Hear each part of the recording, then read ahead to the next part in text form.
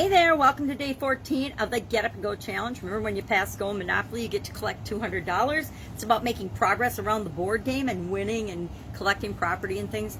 Love Monopoly.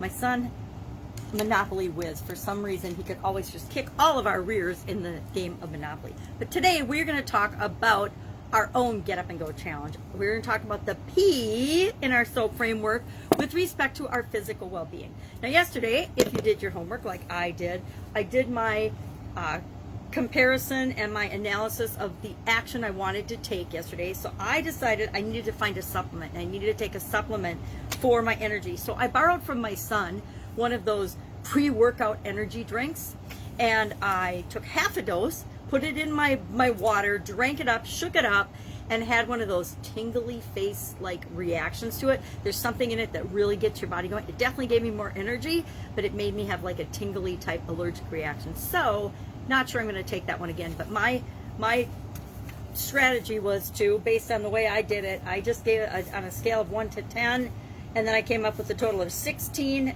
30, and 17 for my 3 different options. And so I went with the lowest one because that meant it was probably the least resistance, the quickest and the easiest for me to do, and that was to find some sort of supplement to give me more energy. So in the afternoon, when I'm dozing off, hanging out with my granddaughter, I could just have a little bit of that pre-workout, and whammo, I'd be full of vim and vigor and energy. Coffee has pretty much the same effect on me without the tingly face effect, so I'm not sure that's what I'll do.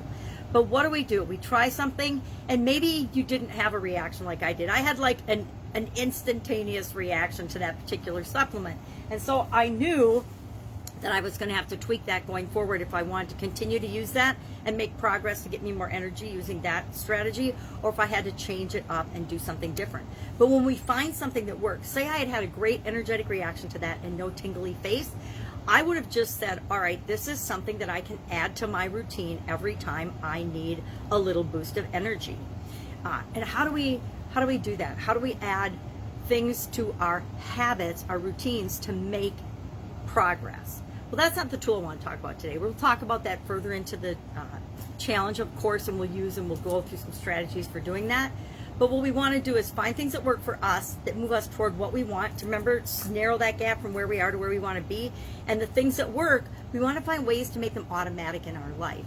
Now, one of the tools I learned early on in my corporate career, actually my first job out of college, was working for Procter & Gamble. And Procter & Gamble, I believe, is still pretty notorious for having an incredible training program for their management staff, for all of their employees, but for their managers in particular. They had that reputation when I went to work for them, I don't know, 40 some years ago. I don't know how many years it's been now. I don't even want to look, but I can look on the exercise that I learned at one of the trainings there, and it's called the Lifeline exercise, and I call it my lifeline. And what you do is you just draw a big line on a piece of paper, the year you were born. I like to start the year I was born. And do I remember a whole lot of stuff about my physical health when I was, under 5? No, a couple highlights, that's it. And then to 2021 and beyond. I like to put the arrow beyond, meaning I'm going to continue living after 2021. At least that's my plan. And what I do, and what you do, and what you will do, is you'll go along that timeline. What I like to do is just put the highs and the lows of what happened to me. Now I want to look and see what I've got on this particular one. This is actually my physical well-being, but it's like big life events of what happened to me. And then I would graph highs and lows in terms of how my life's going. And I get a line, and I hope that my line is trending upward for most areas and aspects of my life. But a lot of times it's not, right? It's like any other graph that we make. Some high, some low, some high, some low. It's never a straight line from where we are to where we want to go. Would be awesome if it was. If we could get to things like the crow flies, that would be amazing. But for us humans, we're never that direct. So on your timeline, you're just going to put the highlights with respect to, I'm doing physical well-being, my health, my perfect physical health, my body, my physical, anything that has to do with physical. And I'm just putting that on my timeline. Now, what I did with this one, I just did this.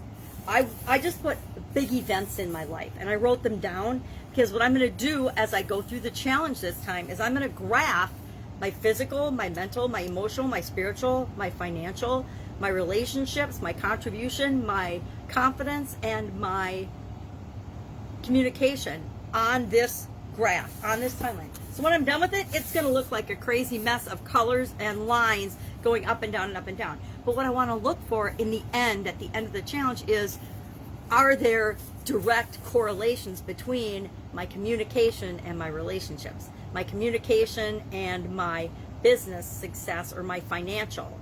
Are there direct, what can I learn about myself by doing this exercise over the course of the challenge between now and the end in each of these different areas and aspects of my life? Do I have to wait till we go through each one to do it? No, I'm going to probably start today, and I'll probably do one every couple of days. I'll just go through and I'll graph, okay, what's my physical based on these events? And you might have, maybe you only have 2 or 3 big events that you put on your timeline. It doesn't have to be, it can be as complicated or as simple as you want. And to be honest, the simpler we keep things, the older I get, the more I figure out that the simpler we keep things, the more, the easier it is to find the lesson in it for us, or at least for me. When I complicate things, and I tend to overcomplicate everything, just the nature of which I'm changing. I'm working to change that and keeping things simple and simple and simple.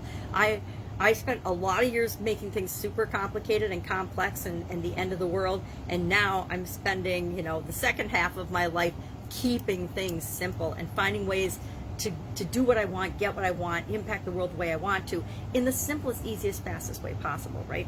Simple is a whole lot more fun. It's actually harder, by the way. It's harder to take complex things and simplify them so that everyone can understand them than it is to have complex things and just try to explain complex things to people. So it's actually a fun challenge. So today, what I'd like you to do for your action item is just start this lifeline exercise and draw a line on a piece of paper. Nobody's going to see it. Find a piece of paper. I like this cardboard because I don't see very well, so I need bigger things. But grab a piece of paper, write a line on it, the year you're born, an arrow after 2021 moving forward, because our lives are going to continue to expand and grow and be. And then just what are some of the big events in your life physically? Just do the physical ones, and then plot high, low, high, low. And you can make up your own scale. I have like a line on here that says perfect in all areas, right? Would be this line right by my lifeline, way at the top, the ultimate. And then down here is just the starting point. Well, when I'm born, it's just 0, right? I was born, it was just neutral. Unless you were born sick, then it's probably a little bit negative, right? Below the line, it's down, but it's definitely not your ultimate, right? And then there's things that sometimes, I don't think I've ever been at my ultimate, absolute, positive, best physical shape and health and condition ever in my life. I think that that's yet to come for me. So I would never have hit this line physically. Not yet. I'd be like if I made it halfway to that line.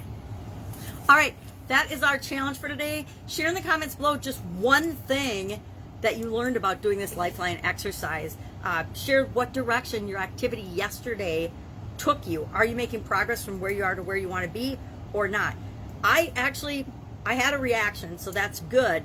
It wasn't exactly the reaction I want to be, so I'm back to the drawing board looking for what is the supplement that I can use to give me energy that isn't going to give me that tingly face feeling.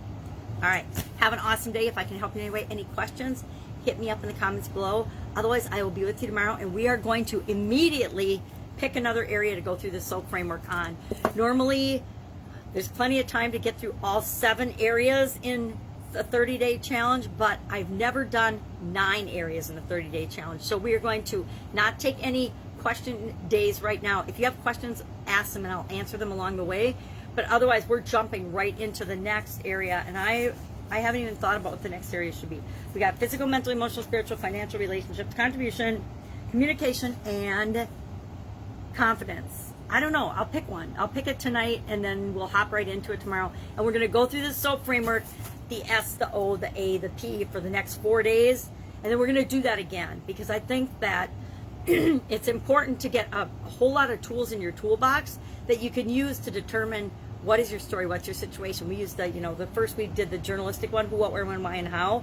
But starting tomorrow, then we'll go into the S of the next area or aspect of our life. And I want to give you a totally different tool to think about your story and your situation, so that you have more, so you have several ways to get at each of these things as they come up in your life. And you'll have all kinds of tools in your toolbox then that help you automatically use the SOAP framework going forward. All right, have an awesome day. Questions, hit me up. Otherwise, I'll be with you tomorrow. Bye.